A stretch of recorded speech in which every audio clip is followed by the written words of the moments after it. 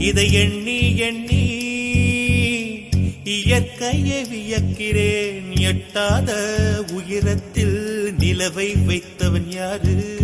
பெண்ணே